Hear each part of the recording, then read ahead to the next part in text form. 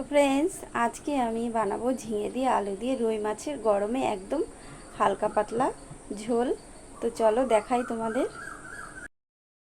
তো প্রথমে আমি এই কাতলা মাছগুলো ভেজে নেব।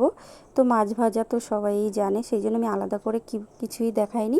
মাছগুলো এই যে লবণ হলুদ মাখিয়ে তেলে আমি ভেজে নিয়েছি লাল লাল করে। এই যে তো মাছগুলো সব ভাজা হয়ে গেছে। আর এখানে ঝিঙে, পটল, আলু, এখানে জিরে আর শুকনো লঙ্কা ওই মাছ ভাজা তেলে ফোড়ন দিয়েছি। তারপরে জিরে ফোড়ন দিয়ে একদম প্লেনভাবে সব ঝিঙে আর পটল আর আলু দিয়ে ভালো করে একটু ভেজে নেব। তার সঙ্গে একটু পেঁয়াজ কুচি দিলাম, একটু লবণ দিলাম, পরিমাণ মতো হলুদ দিলাম, তারপরে ঝাল লঙ্কার গুঁড়ো দিলাম, তারপরে জিরের গুঁড়ো দিলাম। এটাই এই মশলা, আর সেরকম কিন্তু কিছুই দিইনি আমি। এই মশলাটা তারপরে একটু ভেজে জল দিয়ে দিলাম। এটা টেস্টটা হেভি দারুণ, আর গরমে দুপুরবেলায় খেতে কিন্তু খুব ভালো লাগবে। ঝোলটা ফুটে উঠেছে, এই যে দেখো কত সুন্দর হালকা পাতলা একদম প্লেন ঝোল। তারপরে আমি মাছগুলো দিয়ে দেবো। এবার মাছগুলো ভেজে রেখেছিলাম, সেই মাছগুলো দিয়ে দিলাম।